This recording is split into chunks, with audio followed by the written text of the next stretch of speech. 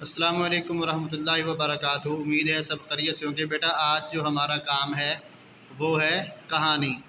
تو سب سے پہلے ہم لکھیں گے عنوان کہانی، ذیلی عنوان چڑیا کی نصیحت۔ ایک دفعہ کا ذکر ہے کہ بصرہ میں ایک چڑی مار رہتا تھا۔ ایک دن اس نے جنگل میں چڑیا پکڑنے کے لیے جال بچھا دیا۔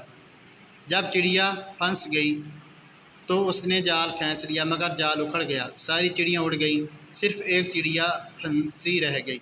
اس چڑیا نے التجا کی کہ اسے چھوڑ دیا جائے۔ وہ چڑی مار کو 3 ایسی مفید نصیحتیں کریں گی جس سے اس سے بہت فائدہ ہوگا۔ پہلی نصیحت وہ ہاتھ پر بیٹھ کر کرے گی، دوسری نصیحت وہ سامنے والی دیوار پر بیٹھ کر کرے گی، اور آخری نصیحت وہ سامنے والے درخت پر بیٹھ کر کرے گی۔ چڑی مار بہت لالچی تھا، اس نے چڑیا کو چھوڑ دیا۔ چڑیا چڑی مار کے ہاتھ پر بیٹھ گئی۔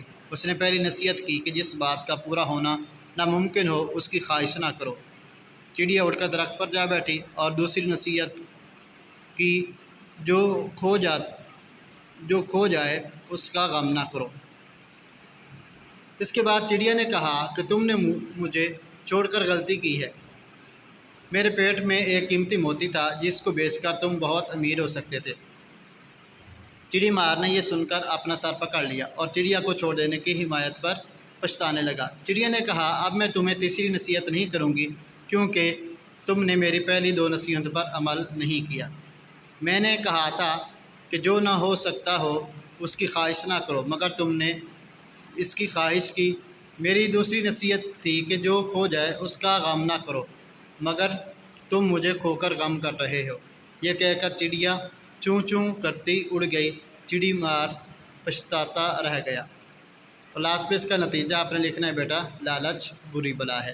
تو آپ نے اس کو غور سے سننا ہے، ٹھیک ہے۔ ساتھ اس کی پک بھی لگا دیتا ہوں، وہ بھی آپ نے اس کو دیکھ کے جو ہے وہ اچھے طریقے سے لکھ لینا ہے۔ لیکن اس کو جو ہے اس لکھنا ہے، سب سے پہلے کہانی، پھر ذیلی عنوان لکھنا ہے آپ نے، ٹھیک ہے۔ پھر اس کو جو ہے اس طرح پیراگراف میں آپ نے لکھنا ہے، اور لاسٹ میں پھر اس کا جو نتیجہ ہے اور اخلاقی سبق وہ آپ نے لازمی جو ہے وہ لکھنا ہے۔